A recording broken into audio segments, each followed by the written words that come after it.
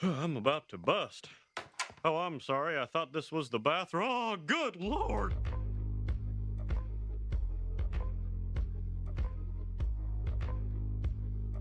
On the street, It don't matter if you win by an inch or a mile.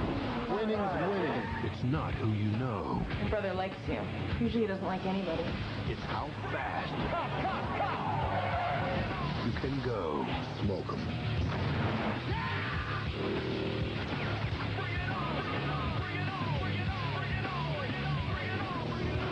The Fast and the Furious, rated PG-13, at theaters Friday. Woo! Yeah, baby! That's what I've been waiting for. That's what it's all about. Woo!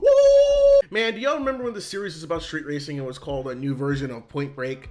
Pepper's Farms remembers. But since we are on the 10th installment of the series, which comes out in a couple weeks, I figured why not go over all the Fast and Furious films, because screw my sanity, right? So we're going to start with the granddaddy of them all. 2001's The Fast and Furious. Like I mentioned before, the OG Fast and Furious was seen as a new age Point Break with cars. We follow an undercover LAPD officer named Brian O'Connor, played by the late great Paul Walker, who goes undercover in the street racing scene in order to take down Dom Toretto, played by Vin Diesel, and his gang. Now, with that synopsis, you may feel like you've seen this plot numerous of times, and when you watch this film, you may be bored and have a sense of deja vu. But let me say this: The Fast and Furious remains not only an entertaining film 20 plus years after its initial release, but has managed to also remain a very good film. While it's good, it's not perfect. Some of the writing isn't the best and a bit wonky, and some of the acting isn't the best nor memorable. But besides those two aspects being a bad, tad weak, there are a few aspects of the film that help make it good. The chemistry between the cast is a big element of making this fun film to watch. Of course, the running joke in the series is that the Power family will overcome any enemy they face. It's even better than the Power of friendship. Like, we're talking about anime levels of, the Power of family right here. And while at times it's pretty funny with some of the memes I see, it does have a great backbone with the chemistry between the cast. They have great chemistry, and it makes the audience feel like these people seem like a real family who are ride or die for each other. The biggest example of this would be the dynamic between Dom and Brian. The chemistry between Vin Diesel and Paul Walker are like the backbone that carries the entire series up until Furious 7, which we'll get to.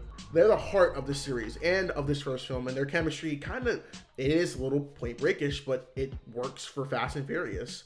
The action/race scenes in the film are neat too. Like I mentioned before, the series was about street racing many years ago, and the street racing scenes in the film were very good. And the action sequences were great too. The truck heist and final chase are iconic for fans of the series. Those are the good old days, man. I don't know if we'll ever get back to this Fast and Furious. The Fast and Furious was released on June 22nd, 2001 on a budget of $38 million. After its run at the box office, it go on to gross $207.3 million. Overall, there's not a lot to say about The Fast and the Furious. It's simple, effective, and entertaining. It's quiet and loud at the same time, and it works. And trust me, the same will not be said for the rest of these films when we get to them. And I'm going to give The Fast and the Furious an 8 out of 10. So let me know that in the comments below. Did you like the first Fast and Furious movie?